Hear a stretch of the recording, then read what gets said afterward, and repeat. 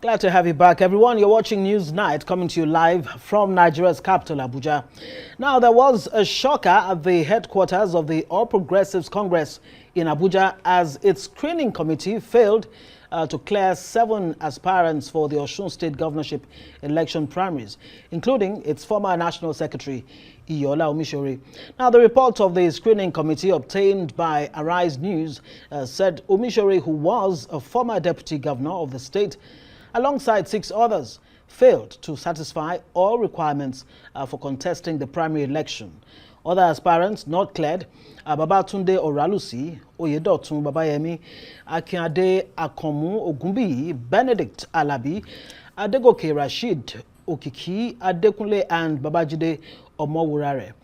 The committee said they failed to meet the mandatory nomination requirement of being sponsored by 5 fully registered and financially up-to-date members from each local government area, contrary to the APC constitution and guidelines for the 2025 governorship primary. Now, only 2 aspirants, Mulikat Abiola Jimo and Muniruddin Bola Oyebamiji, were cleared because they were said to have satisfied all the needed requirements. Well, the committee says its decisions are subject to ratification by the APC National Working Committee.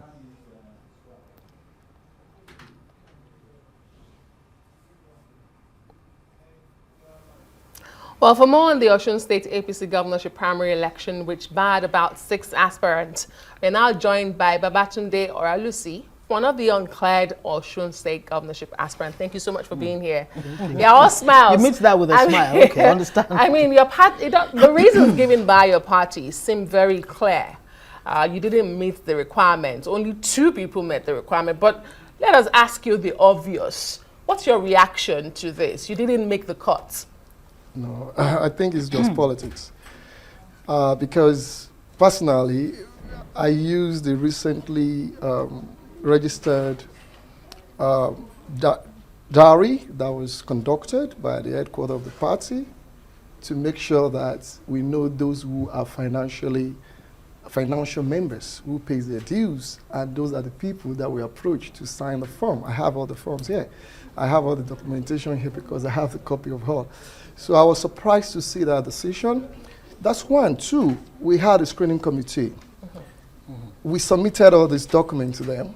And the purpose of the screening committee is to go through the documents and ask you questions.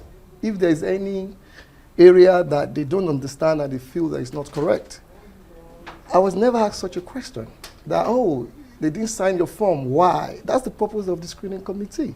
I'm not sure my other aspirant was asked the same question as well. So why did we go for screening committee if we're not going to be asked questions about what we have submitted?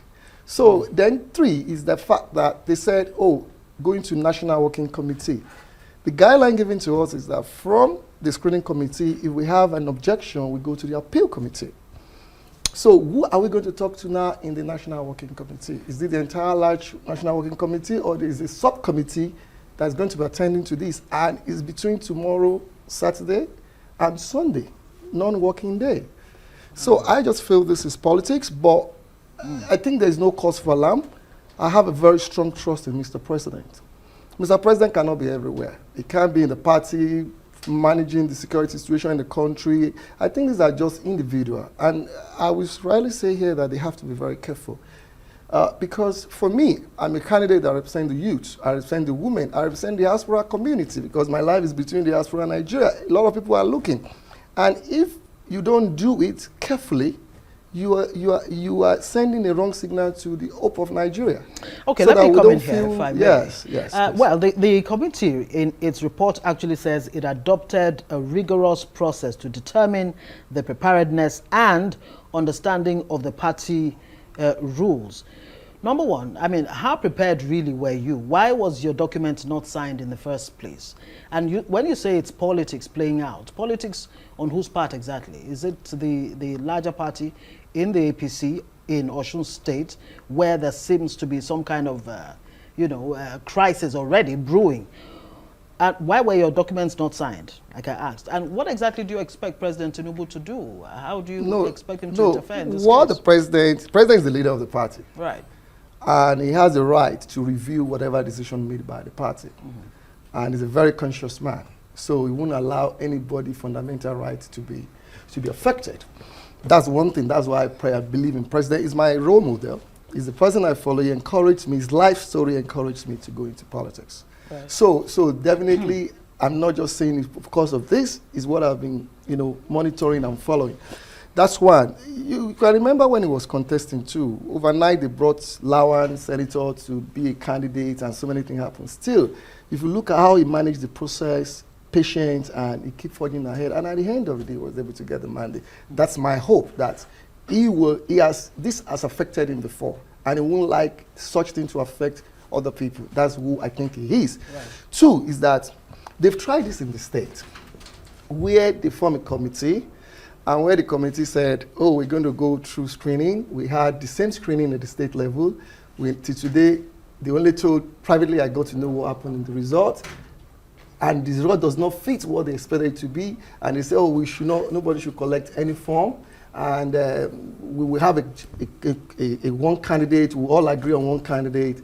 And the candidate we all agree on, we eventually might to go and like get a consensus. A consensus candidate. Right. Thank you very much. Okay. And at the end of the day, land on this. Right. We didn't get any information until 2-3 days before the form was closing. So everybody just rushed to go and get the form. So there are many attempts made to achieve this objective that has failed.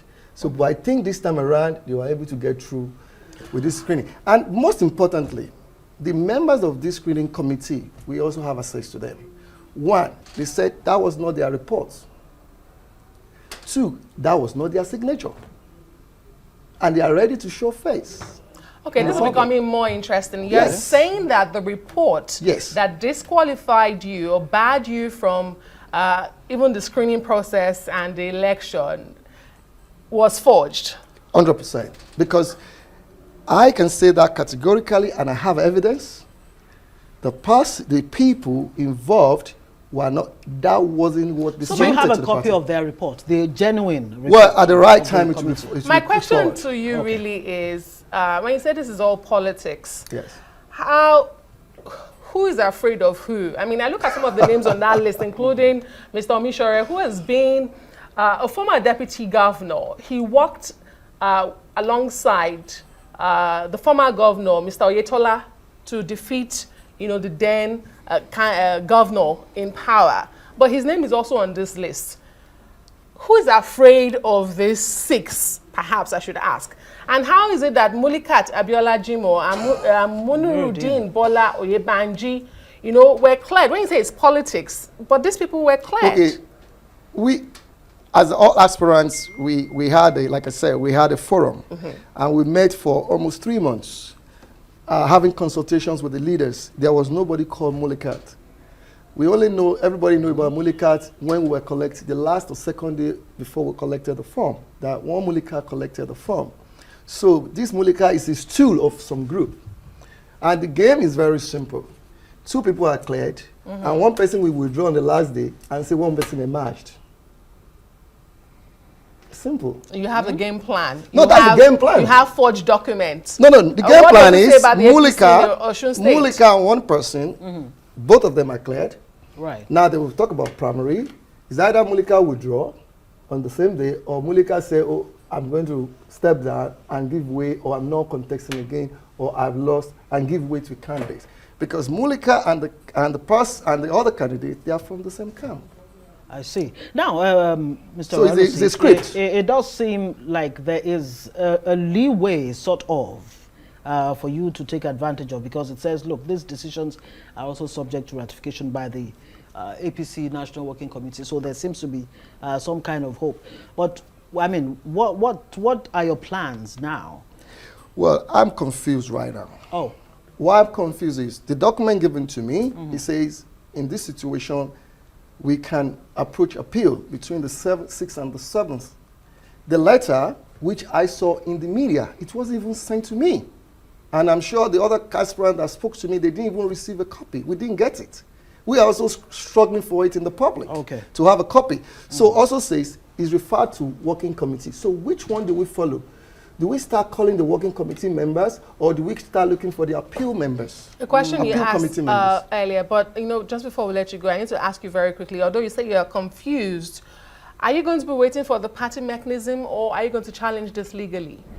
Well, it depends on how it goes. Because like I said, I represent a lot of young Nigerians. I have strong hope in Nigeria. I live in overseas and in Nigeria. And many people tell me many things not possible in Nigeria. I tell many people that, look, Nigeria can work. There you I go. can give what it takes to Nigeria. Whatever it takes, I'm going to give to it. But what I believe strongly is that Mr. President of Nigeria is a strong, genuine, conscious, and good father who will not allow anybody to be cheated. And that's a good place to live in. That's a good place If to we live have in. have an agreement, it's a different case. I think this is an issue of ego. Why don't we call us together? Let's look at our strengths and weaknesses, and let's decide. And let's appeal to each other. And you don't have to force yourself on others. Okay. That's not acceptable for me. Right, as far as I'm concerned. Babatunde Olarusi is Yes, one please. of the uncleared Osun APC governorship aspirants. We wish you all the very best, and thanks for joining us on Newsnight tonight.